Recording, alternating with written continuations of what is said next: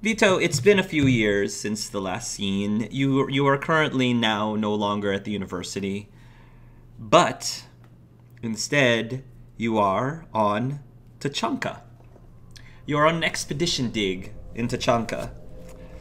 And while you're in Tachanka, there's another team of mostly Solarians who decided to explore one of the ruins nearby. You've actually asked Arkara for permission to investigate these ruins, and because Arkara is very much a kind of Krogan who wants to try to embrace her history of her culture, she thought that this would be a good investment. So the person, surprise, surprise, who is leading this expedition is none other than Jalon Lural.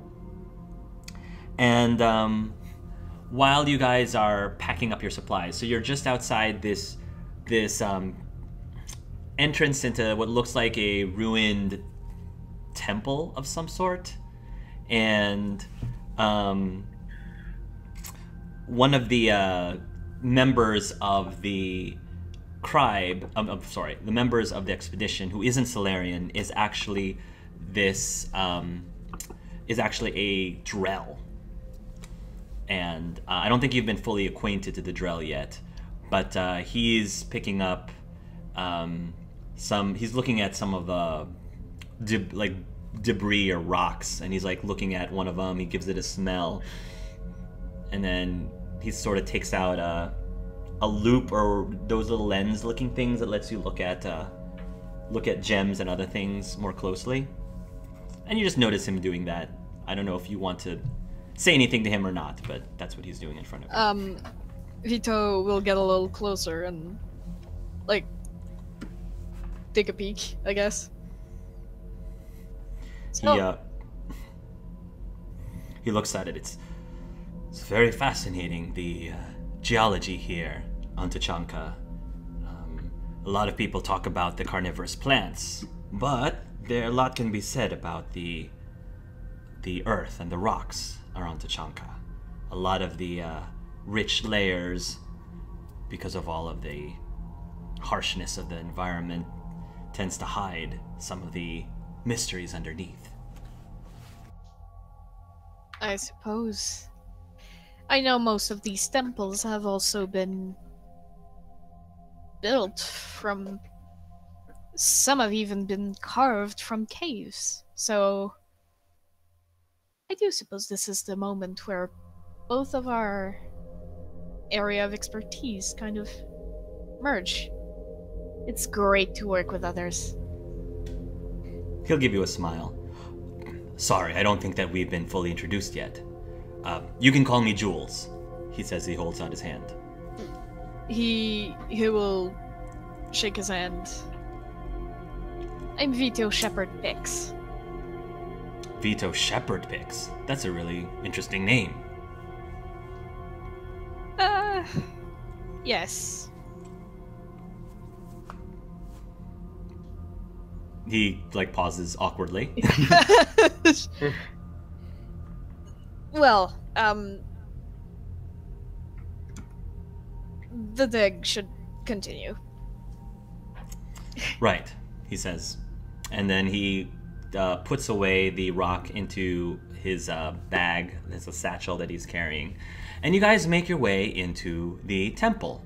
Now, the Jalon Lural has a lamp, electronic lamp of some sort. And you guys are going through these caverns, and you're seeing some of these hieroglyphics, and a lot of the other Solarians in the expedition are taking photographs and trying to see if they can make some sense of these things. Roll a perception check, Vito. Ooh. 15? Alright. Vito, you notice, you wander off a little bit because something catches your eye, and you see this, I guess what they call a gargoyle structure jutting out of a wall. And it seems to be a little out of place.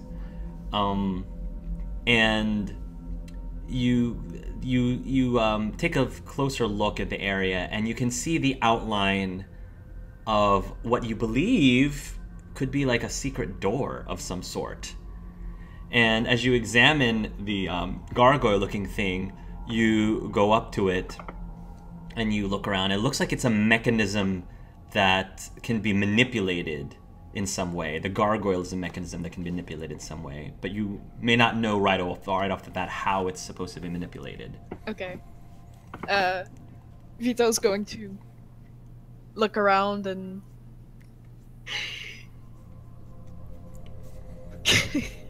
he's fanboying real hard right now. Kind of. Yes. He's going to check the mouth of the gargoyle. The mouth of the gargoyle seems to be in a very stoic, he sort of has a scowl on his face. It's not open or anything. Okay. It's shut in a scowl. But what you do notice is that its forehead seems to be the smoothest portion of the structure. The forehead is smooth, almost as if it almost looks like there's been repeated impacts on the forehead. Yeah. Yeah. Mm-hmm. Vito kind of puts probably has a pair of gloves, puts gloves on and kind of just presses on it. You press it on it, it gives a little bit, and you can hear something happening right behind it, but it doesn't seem to be enough to do whatever it is you think needs to be done to activate the mechanism. Press this a little harder. Roll me a strength check. Oh.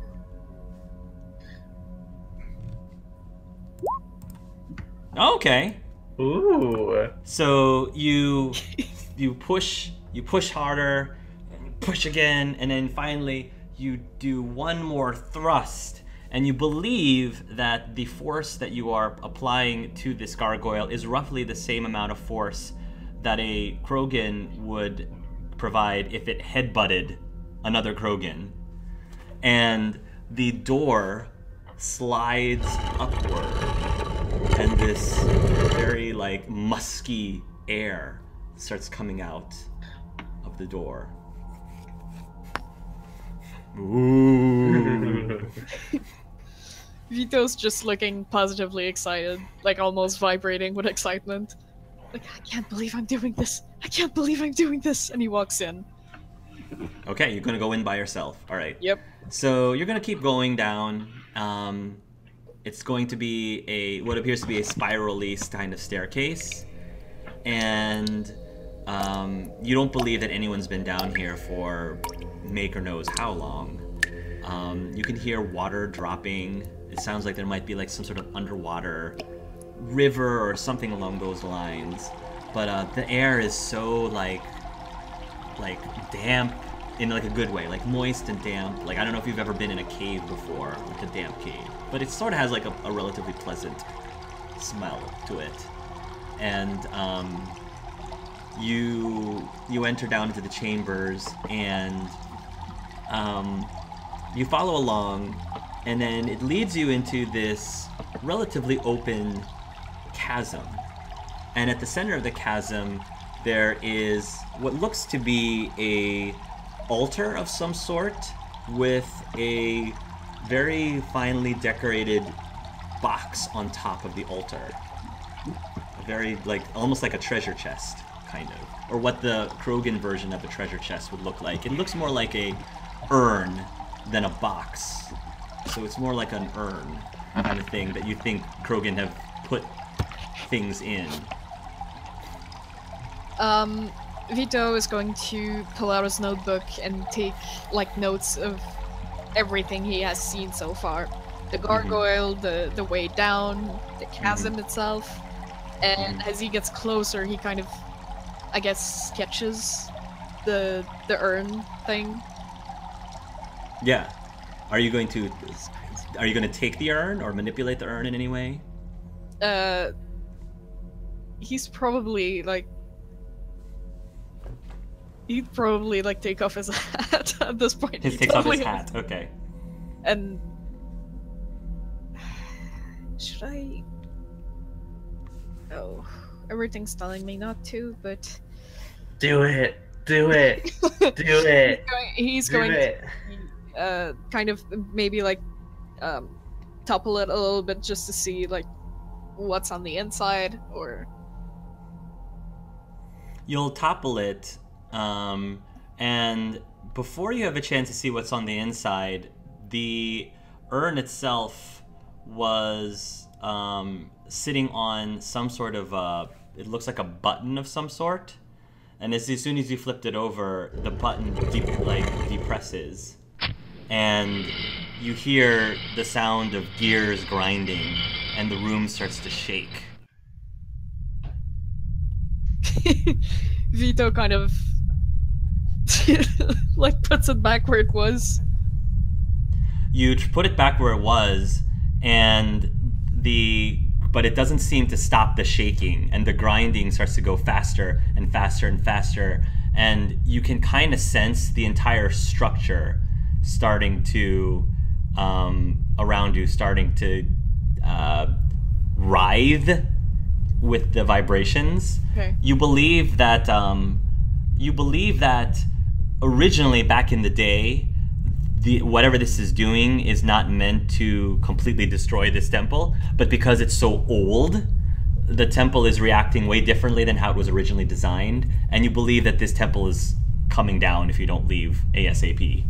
Okay, Vito will probably like turn to leave, but look at the urn, and Yes. yeah, he's gonna put the urn in his pack.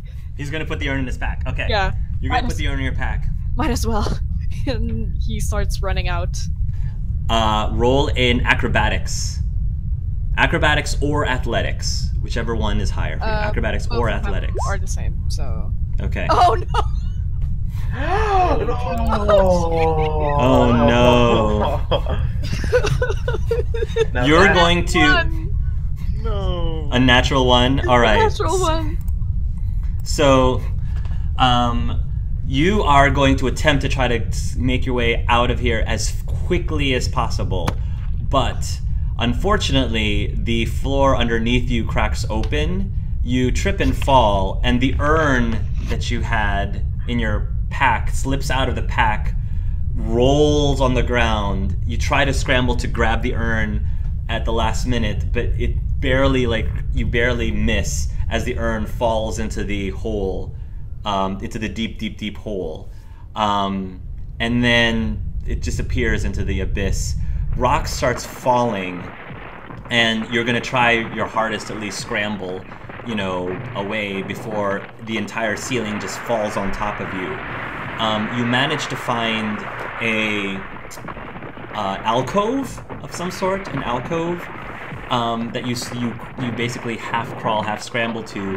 A big, large part of the ceiling falls and actually hits your leg in a way that is not natural, and you hear a crack, a snap on your leg, and the pain just shoots up through your body, and you're desperately trying to limp over there, but because of your critical fail, it's going to do permanent damage to your leg, and you'll probably have to limp everywhere. So that is going to give you an automatic -2 to all acrobatic rolls. Okay. So Holy shit. all acrobatic rolls will have a -2 now. You'll have a disadvantage. Wow. Vito I survived. goes for the Hey. death. Vito Survived. goes for the death. That was savage. Oh wow. Savage Holy Black. shit. Oh Yes. Christ. I bet you in Kiwi's mind, they were like, I'm gonna be the best one in the group. I'm gonna be so acrobatic. I'm gonna be going here. I'm gonna be doing things. Oh, oops. Now I got a broken, busted ass leg. Yay. Oh, oh. But you're alive, at least. Yep. I lived. That was a gimmick. Look at the evil. Not glee. unlike Gimmick. Look at that evil glee on his face. Look at that glee. So, everything goes dark, and hours pass by. You're just sitting there waiting, not sure if anyone's going to ever find you. But eventually, you will hear digging. Somebody like digging rocks out of the way. Will you call out when you hear that? Yes.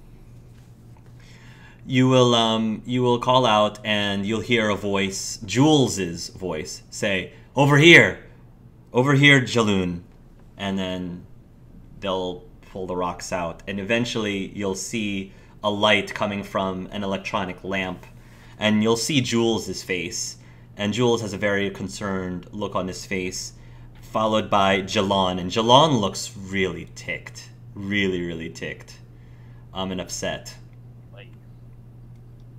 "What did you do, Vito?" Jaloon says.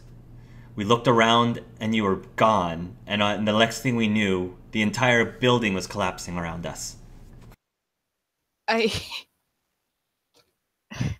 Like, he's having trouble concentrating and speaking because, like, everything hurts, but he pulls out his notebook.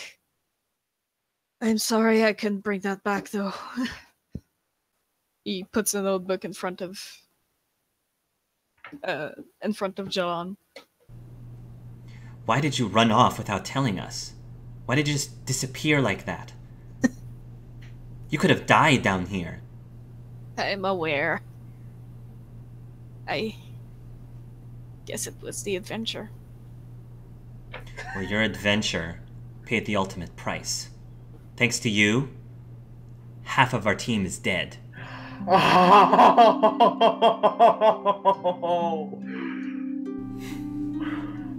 Jules looks at him very concerned, and Jalon's just like really like seething. "We had some good people in that team. People with families, people with kids, parents. And because of one stupid mistake, you just took that away from them. You wanted to be a person of history, a man of history? Well, now, thanks to you, they are history. How about that?"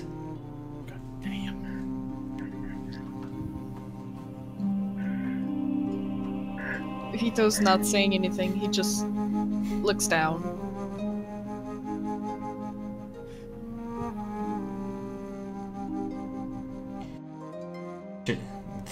"I thought I saw something in you in that class. This entire time I thought that you had potential. Well,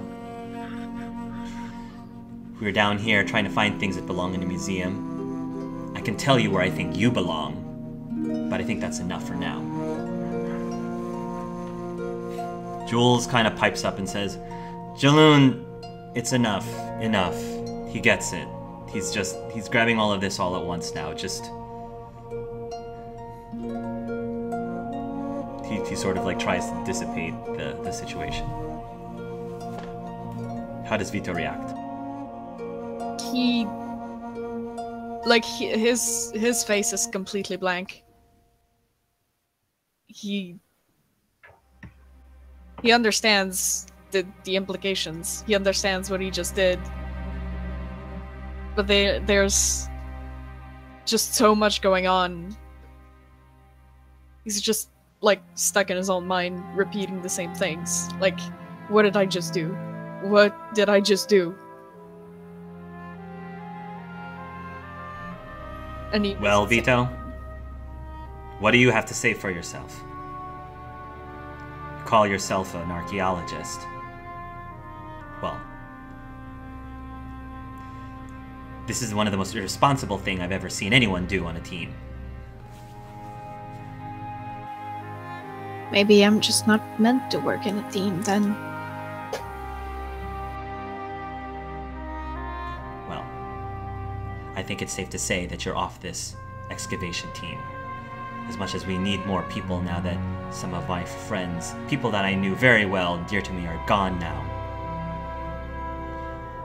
The last thing I want you to do, though, is you write letters to all of those families and you apologize to them for your mistake, and you explain to them why their loved ones are gone.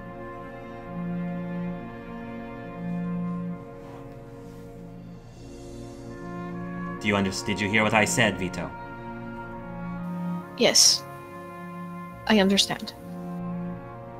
Good. It will be done. And with that, now if you excuse me, I have some phone calls to make. And he will turn around and he will leave. Jules just kind of lingers there for a little bit. And then he sighs. And then he just kind of shakes his head. And if you don't say anything, he's going to leave. I'm sorry. Jules, again, looks at you and he gives a very understanding look, but it's a look like... He's like, I don't know what to say. What can I say? I mean, he wants to tell you that it'll be alright, but people are dead now. So it's like, he can't say that either because it's disrespectful to the dead, too. So it's very awkward. He doesn't know what to say, and he just gives you a look like, thank you for saying you're sorry, and then he will leave. Next on the list is... Damn. Oh, jeez. Damn, when we roll a 1, you make us feel When you roll a 1... Oh, yeah, don't roll a 1. Holy shit. Please Never don't roll ones. Never Don't roll a really 1. Yeah. Damn, son. Dia. So, to begin at least, we're going to start in 2186 still. Okay. So, you guys are now... by this point...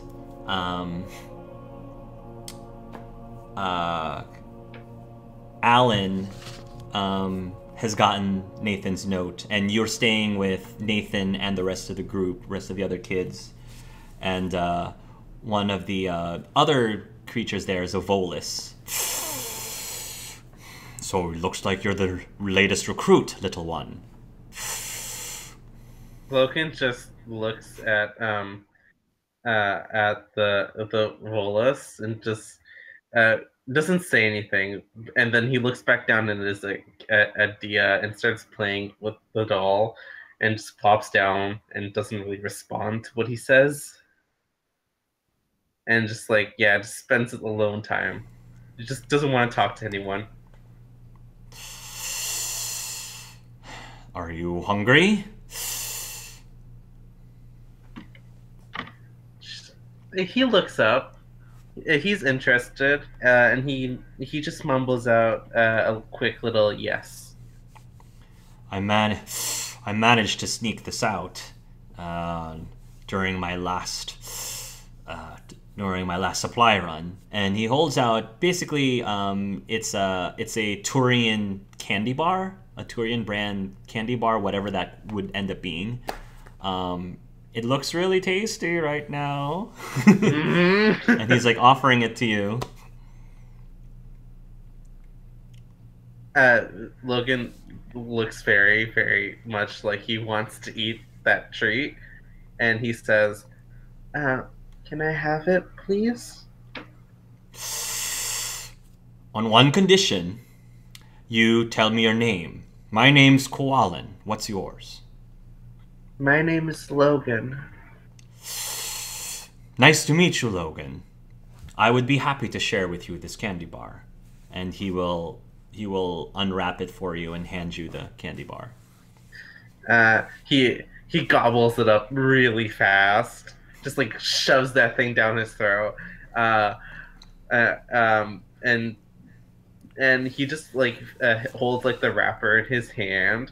He gives a little burp. Feeling much fuller than a few minutes ago, and he says to Koalan, "Thank you and sorry, there's no extras." It's all right. We'll manage.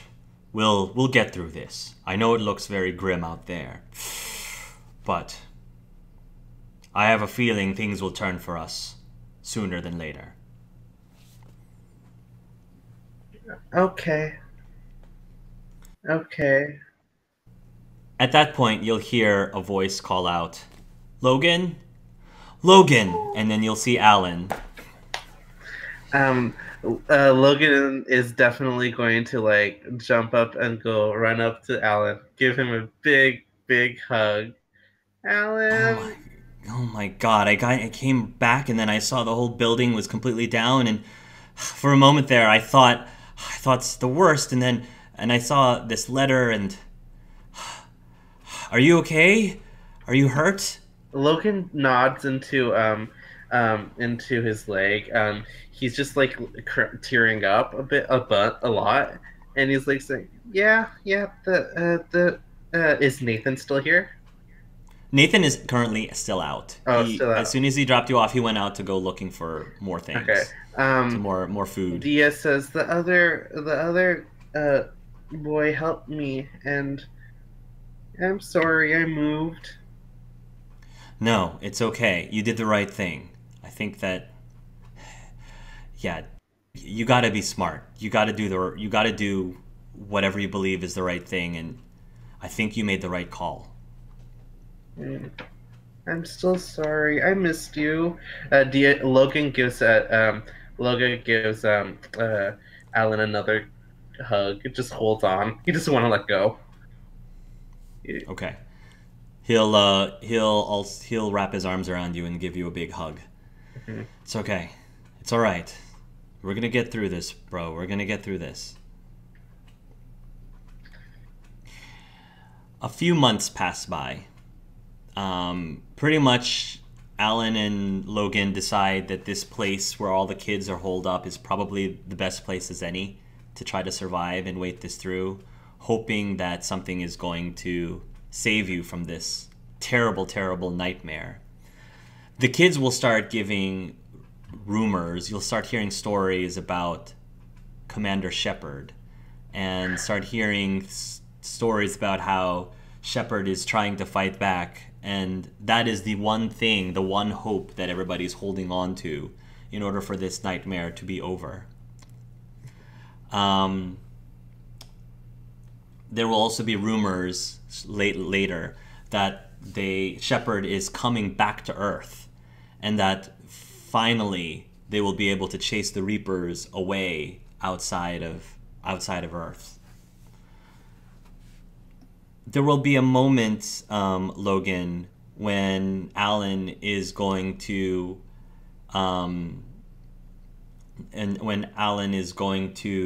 go off to make a food run for people. And he will only have left for like a couple of minutes when the Volus runs over to you and says, Logan, you need to come with me, quick. Your brother, I can't snap him out of something. He seems to be, you need to come with me, quick. Logan looks worried and just runs after the Volus. The Volus will grab you by the arm, and you will run out with him. You're not going to go very far. It's not going to be too far. And you will see your brother. He is standing at the side of a road. Right now, there doesn't seem to be anyone around, because at this point, this is the point actually when Shepard has actually arrived at Earth in London, I think. Yes. London is where he's at, which is relatively close to Dublin. Yes. Relatively close. So a lot of the Reaper forces have sort of started migrating over to London, like leaving Dublin, migrating over to London. So the streets are not as full of Reaper forces, but there's a few here or there. So you get up to the surface, and there appears to be like a small handful of husks meandering about, but they don't seem to be like actively attacking anyone at the moment. They're just kind of wandering around. If they happen to see somebody, they might end up attacking.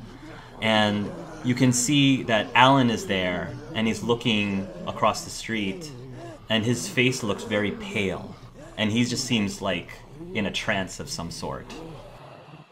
And the Koalan will say, I tried to snap him out of it, but he just wouldn't respond. He wouldn't answer me. Logan is going to go in front of Alan. He's gonna like poke him in the leg. He's gonna say, "Alan." He doesn't respond. He's just staring. You can tell he's breathing, but he's just looking like almost past you, above your head, to the other side of the street. Can I look in that direction to see what the hell he's looking at? You look at the other direction, and he seems to be eyeing this small, like, group of, like, 3 husks, I think. And you immediately recognize one of the husks. And Alan says, "Mom? Mama?" And one of the husks is dressed in what you recognize as your mom's clothes. And, like, she is walking around in a very, like, very horrific looking way. You can see, like, little transistor looking things, like little electrode looking things going down her spine. Her eyes are, like, blue, and, like, most of her hair is gone, but you can clearly see that that is yours and Alan's human mother. And the husk meets eyes with Alan for a moment, and Alan just freezes there and says, "Mom?" And Kowalin looks around and says, "This isn't good." The husk hisses and then starts to book it, charges right towards Alan. Alan's not moving. He's just frozen. He's not doing anything. He's just frozen as this husk is charging right towards him. What do you do? Oh shit. I have like a out of character question. Would I have access to biotics at this point or no? It tends to manifest around 15. Okay. It tends to, but if you're under a major amount of stress, it might come out at this moment. It might come out at this moment. Let this be the one where I roll a -1. You hit Alan and kill him instantly. I know. Do you have to roll? Do you have to roll anything to cast biotics? You have to roll something. I don't know if you do. I don't think we established like a biotics roll.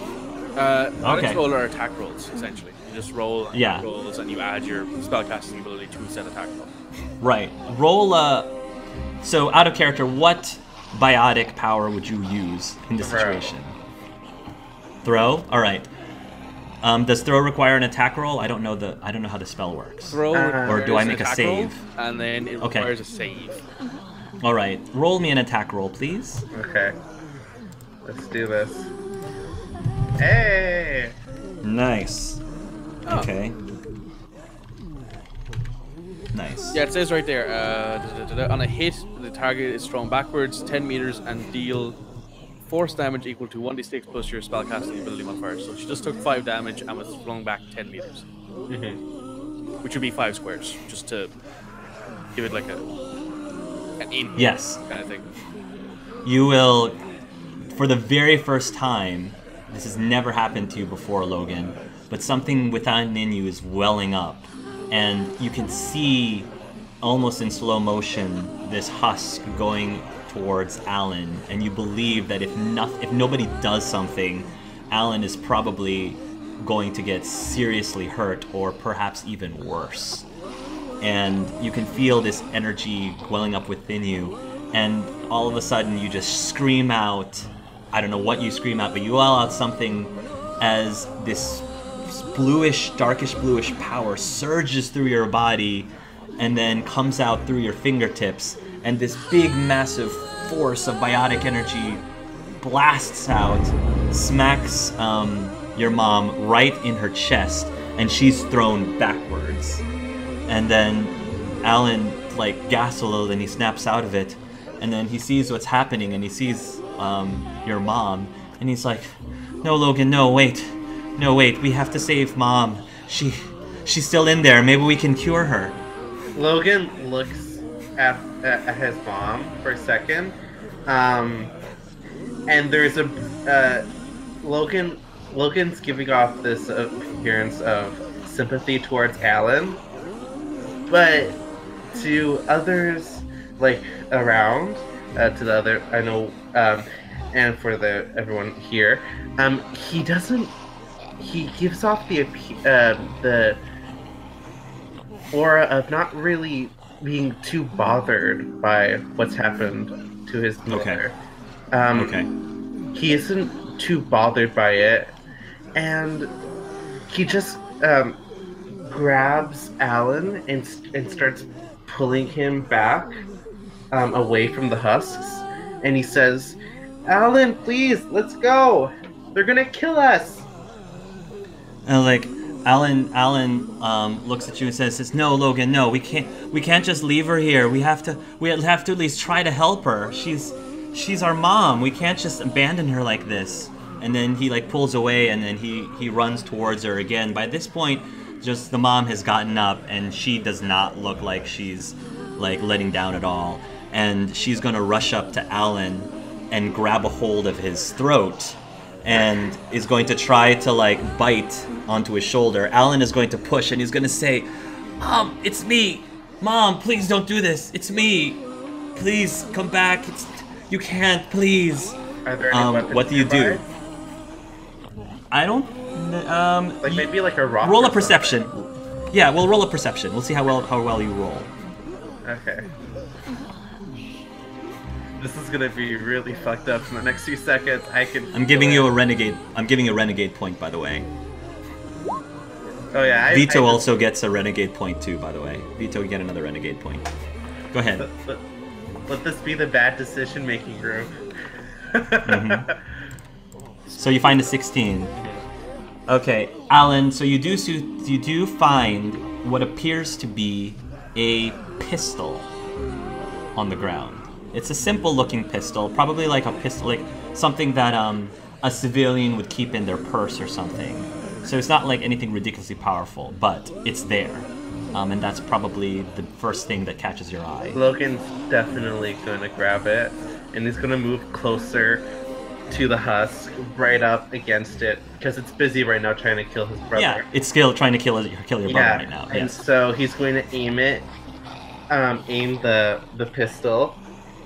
Okay. At the head of the husk, and he's going Roll to an fire. Roll an attack roll and don't roll a 1, or things are going to be really bad. Oh, if I shoot my brother in the head, Jesus. I have like an M3 Predator thing, so do you want me to just click that? Yeah, you can use that. And Okay. remember, you do have Renegade and Paragon points that you can spend. Oh yeah, I probably So, might remember need to you- spend one. Spend them, they just add on top of things. So if you say your renegade bonus applies here, you'd add +1 if you had 10 renegade points. Okay. Okay.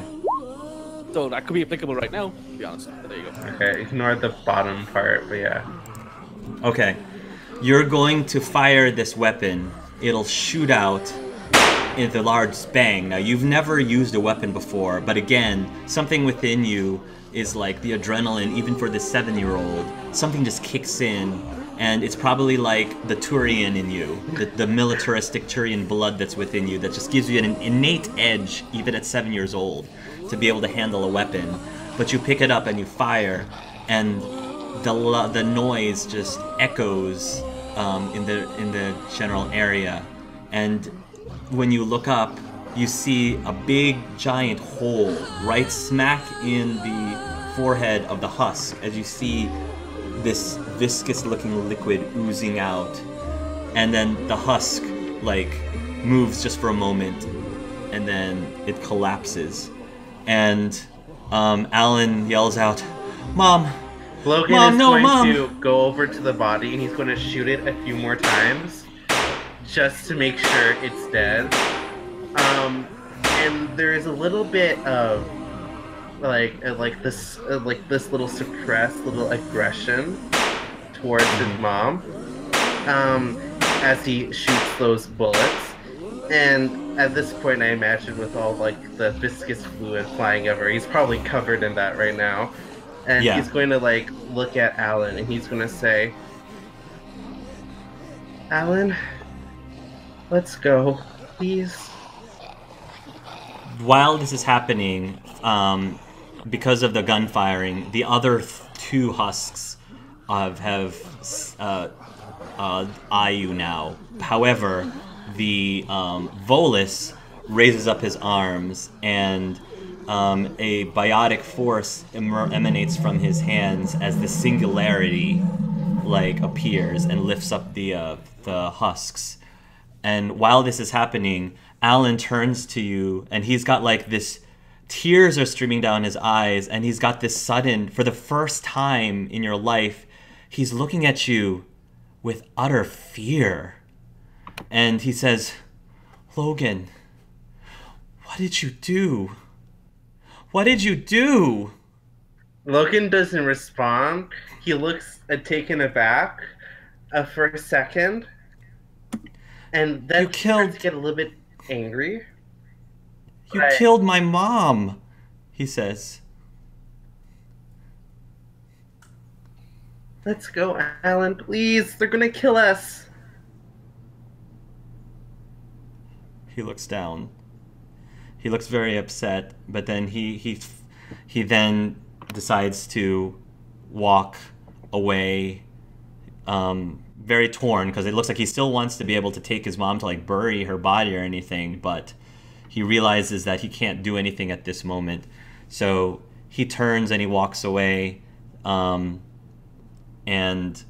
the Volus will grab a hold of your arm and lead you back into the rest of the group. And for the rest of the day, Alan's not going to talk to you. He's not going to look at you. He's not going to interact with you. He's just very distant from you.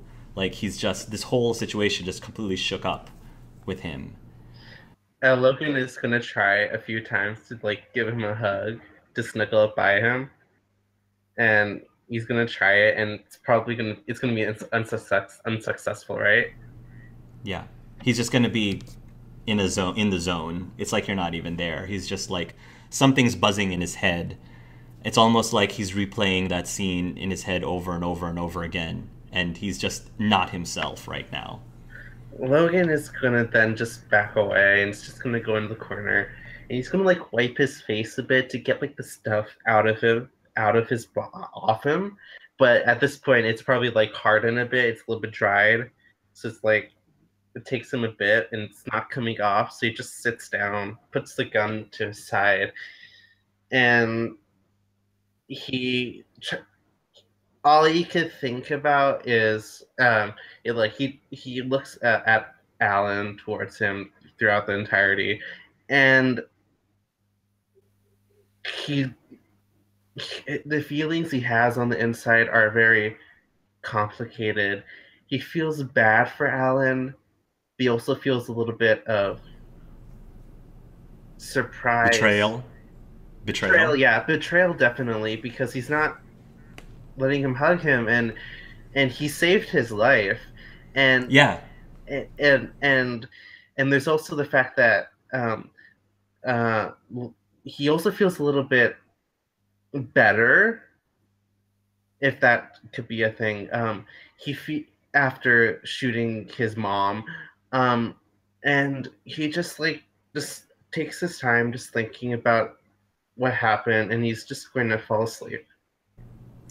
Also, if you notice, Alan specifically said, "You shot my mom," not "you shot our mom." Mm-hmm.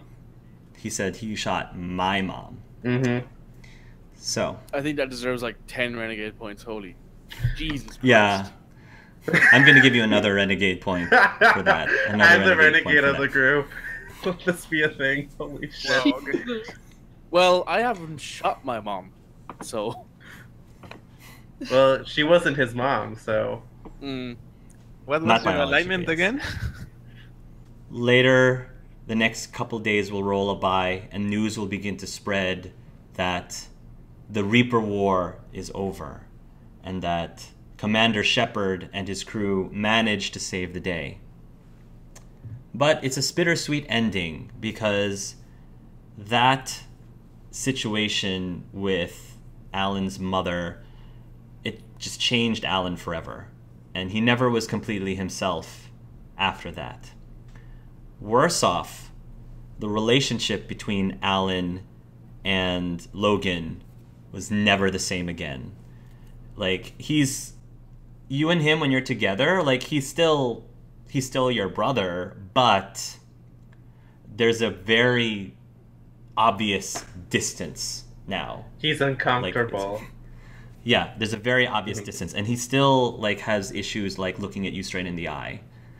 And yeah, that the relationship that you had before, it's gone. It's never been the same again. Oh shit. Well, this got heavy all of a sudden. Yeah, hello, naughty children. Welcome to hell. Oh my god. Doomslayer just comes out of nowhere like you're a crazy kid, and then just walks away. Oh, jeez. Nathan. Hello. The year is 2188. Hi. It is a couple years after the end of the Reaper conflict. And you are sitting at an office. It is your first day at Grissom Academy. There is a woman sitting up opposite of you at a desk. And she smiles at you warmly. It's a relatively friendly-looking woman, but also the type of the woman that you believe is not someone that you should, cross, really. Yeah. But she still seems... He's met a few of those, I dare say. Yes. But she does give you a warm smile. And she says, Nathan Callahan, I presume? Nathan has changed decidedly in the last 2 years. In the last 2 years, he started, well, obviously taking care of himself a lot more. He's filled out a lot. He's still kind of wiry and framey, but there's obviously more muscle there. There's obviously more Nathan. His hair is a lot shorter and not tidier, a lot neater. He looks a lot cleaner. He's wearing some nice clothes, and he says, "Yeah, that's me, madam." Allow me to introduce myself. My name is Dr. Kaylee Sanders. It's Dr. Sanders. Okay. It's nice to meet you. Welcome to Grissom Academy. We're very pleased to have you here with us. Did you have any... I know that you must have a lot of questions. It is your first day after all. Did you have any questions about the program or about the school, about the student body, maybe some activities that we do here? Anything at all? Where's the biotoball court in the gym? She smiles a little bit. Are you a big fan of biotoball? I'm pretty good at it too. Well, you should definitely consider joining our team then. We have a lot of biotoball fans here, as you can imagine. And if you have the talent for it, I'm pretty sure you can make a lot of friends here very quickly. Well, once I get settled in, I'll be sure to visit the gym and the court and see how things go. Otherwise, no, not really. I will be honest with you. I'm not overtly interested in learning. I just want to get out of here. I don't want to be here, to be honest with you. I didn't want to leave Palaven. I didn't want to leave the friends that I just made. I didn't want to leave my mom. I didn't want to do it, but I had to come here, so the sooner I get out of here, the better, as far as I'm concerned. She nods and says, according to your caretaker, Lithia, she highly recommended that you got transferred from the Palaven Biotic School over to Grissom Academy because, according to her, you were having trouble with some of the other students there. Some of them don't like me because he kind of just shrugs. I guess it's something to do with something, I don't know. I was never really overly interested in paying attention. Especially not the bullies anyway. I totally understand, Nathan. Would you like me to call you that or Mr. Callahan? Nate is fine. I understand how you feel, Nate. Everyone has mixed feelings about being here at the Academy. Suffice it to say, you all have a very special gift or ability. A gift that can easily be a curse if you don't know how to use it and use it responsibly. The reason why we're here, the reason why we have the Ascension Project, is to help you all to help you all be able to get through this so that when you reach your older lives, it won't end up being a curse, but a gift. I never really looked at it like that, to be honest, but I guess that's just me. You never saw it as a gift, or you never saw it as a curse? Both. What do you see it as? What I am. Who I am. I was born this way. It's just the way I am. Well, in that case, perhaps you have just as much to teach the other students as the rest of us have to teach you, then. Well, we'll see about that. Something tells me you wouldn't want me teaching some of the kids here some of the words I know. And he just kind of gives her a very friendly smirk. She smiles a little bit. Well, for right now, Mr. Callahan, we will try to make your stay here as comfortable as possible. I know that you don't like the idea of being here, but we're going to do our very best to give you everything that we believe that you will need to make yourself a lot more successful out in the world. Let's hope you can, because, well, what's the point in being here if you can't help me, isn't that it? Just let me know if you need anything, Nathan. My door's always open. Let me just say this before I do leave. Just because I don't want to be here doesn't mean I don't want help. That's very mature of you. Well, when you grow up on the street, you have to be mature. Otherwise, you don't last very long. I understand. So, thanks for the introduction. I should probably go unpack. Of course. She'll smile and you are welcome to leave. You'll go unpack, you'll do everything you need to do. But then, of course, priorities by Audible. Yes, So obviously. you're going to go over to the court. There's going to be like a gymnasium of sort. And you're going to see a few of the kids already in the middle of playing a game. You're pretty sure if you wanted to, you could just go up, approach them, and ask you to join. There's only one other kid who does not seem to be playing by Audible. There's this other kid who seems to be by himself in the bleachers. He seems really quiet, and right now he seems to be well, he doesn't even seem to be even reading a book, but he seems to be just sitting there talking to himself. Kind of weird and maybe awkward, but that's what you see. Right, so when Nate went back to his room, he got changed to his uniform, and the one thing that he put on that was probably a bit different than everyone else here is he's wearing a Wolves jersey. This white, black, and gold jersey. That's the home jersey that they've always wore, that they used to wear until they got the new jerseys. And the people might recognize that. It's up to them if they say anything about it. But he kind of walks in. He has his own ball in his hand, and he just kind of walks in, bouncing it very calmly. And he sees this kid in the bleachers. And he's like, intriguing. So he walks to the bleachers before he goes play any games, and he kind of just walks over. Yeah. You'll walk over to whoever this awkward-looking person is, who, again, seems to be talking to himself about something. And then when you reach closer, you can hear the words that he's saying, and the things he's saying is, the square root of 912.4 is 30.2. The square root of 906.01 is 30.1. The square root of 12... And he just keeps saying square roots to himself over and over and over again. So Nathan will calmly walk over to him, kind of just kneel down and say, hello there. I'm Nathan. I'm kind of new here. Who are you? He stops for a moment, as if you just interrupted him. But then he looks at you and says, you're new here.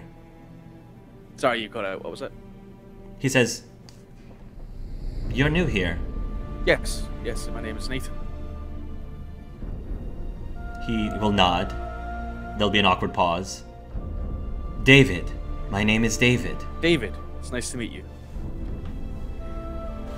Nice to meet you, Nathan. Yes. I hope you enjoy whatever you're doing. I'll leave you to it. And after introducing himself and saying hello, he'll walk back down the bleachers and leave David to himself. Okay. David will watch as you go off, and Roll an insight. Oh boy, here we go. Ooh. That's a natural 24. 20. Okay. Damn. As I said, it's ones So- or 20s. Before you leave, you have a feeling, one, that David's not used to people approaching him the way that you just did. Yeah. In fact, it seems like you are one of the only kids that really have cared to hang out with him recently. B, he actually seems slightly disappointed that you're leaving after just talking to him just now, because nobody's ever really talked to him before.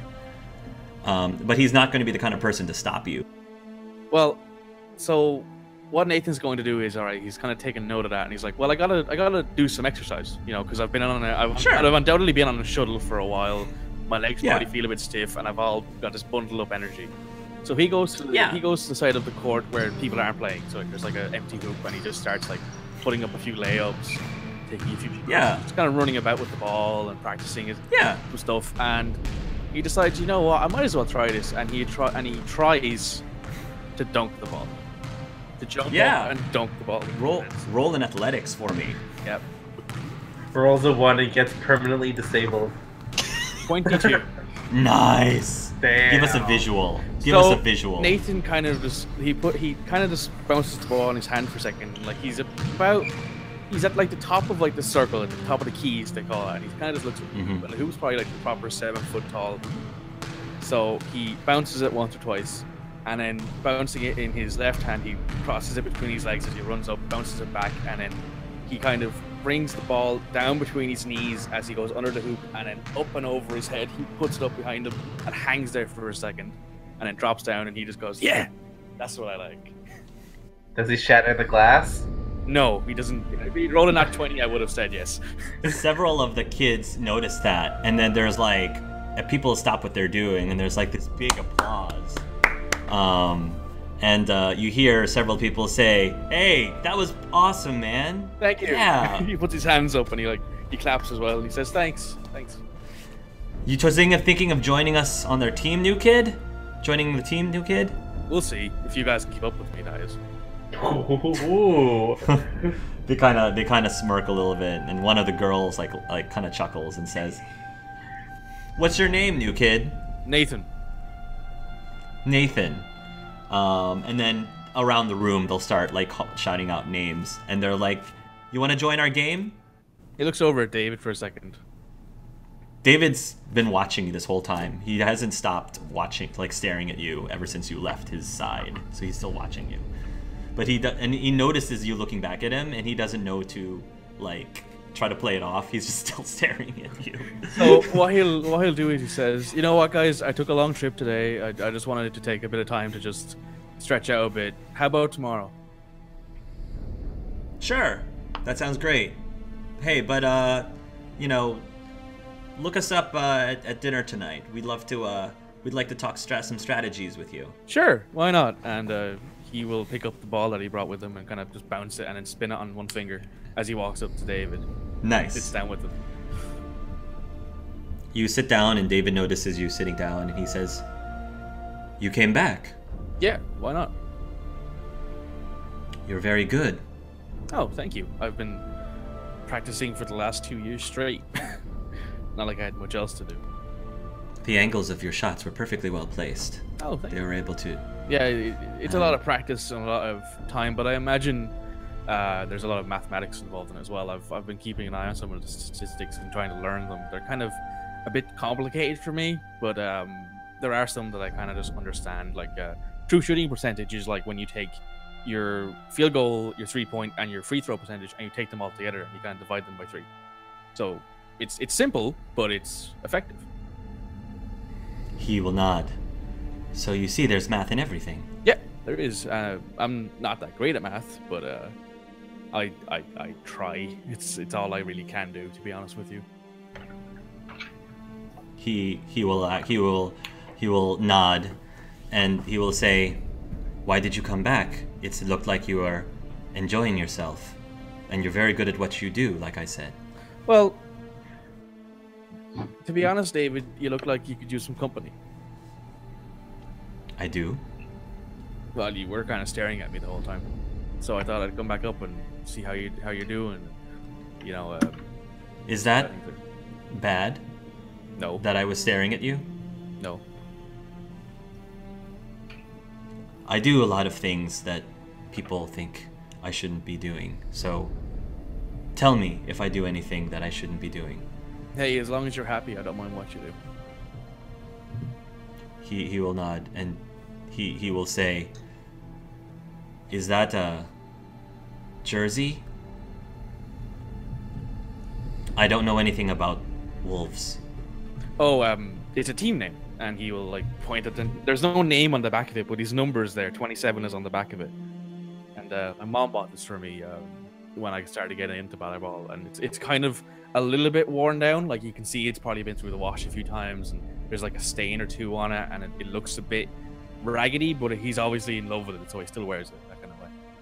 So he says, yeah, like there's 36 teams now. They recently expanded it by 2, and they're looking to bring back people. You know, they're looking to bring teams back into the fold because after the whole war, they had to wait a while for players to get back into playing because most of them ended up fighting. So kids like me and kids like those, and he points down at the kids playing, are probably going to be the next big wave of talent because they're most of the talent kind of didn't make it. So it's kind of sad, but hey, it gives everyone a chance at the very least. You're very nice. And you talk a lot. You remind me of my brother. I've been told I talk a lot before, so you can tell me if I talk too much. I'll be quiet. No, you don't talk too much. I talk too much sometimes. I say things and people don't realize I'm not talking to them. Yeah, I've had that before as well. Sometimes you just kind of have to. The running joke I used to make is that you need to have some intelligent conversation, so you might as well talk to yourself sometimes. And he kind of just gives David a very obvious chat with a joke kind of smirk. He'll give you a crooked smile. Thank you, he says. It's all right. Hey, do you want to get something to eat? I haven't eaten anything today. He will quietly nod. Yes, I would like that very much.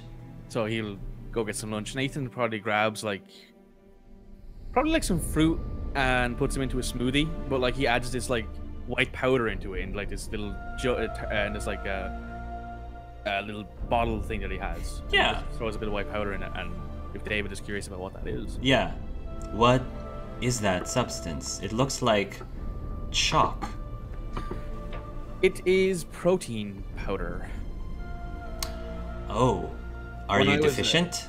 Well, protein deficient? when I was young, I didn't get to eat very much because I kind of lived on the street, and I'm bulking out a lot more now because I'm eating properly. But in order for me to kind of catch up with kids my age, I sort of need to have a little bit more intake. From your high insight, when you say that there was a time in your life when you didn't eat very much, that seems to have affected David Archer in a way that sort of shudders a little bit, as if he just relived something in his past that was similar to you not eating much. David, did I say something to upset you? I'm sorry. He pauses for a moment, and he says, "No, everything all right. It all seemed harmless." You can tell he's lying when he says everything's all right. It all seemed harmless. So Nathan will offer him very slowly a hand and just pat him on the shoulder if he doesn't stop him, very gently. He looks up at you, and you can see his eyes are watering, not tearing up, but his eyes are watering slightly. It's okay, David. Whatever it is, it's okay now. The world is a scary place sometimes. Yeah. People do things that they thought is for the greater good. Yeah. People do bad things sometimes for the right reasons, and it doesn't make them okay. No, it doesn't make them okay. So Nathan will if David will allow him, he'll like offer him some fruit. He'll like give him like an apple or something. David will look at the fruit and he'll look at you and he'll take it and he'll give it a smile. And you guys will enjoy the rest of your meal together. Aww. Very sweet. Aw, I ship this. This is so cute. Me and David Archer. Yep. Yeah, That this is is very already a cute. ship. It's starting. Oh, it's starting, boys. It's happening. It's starting, boys. I mean, I like how we go from like you killed half your team to you shot your mother's tusk to dates. I know. It's so good.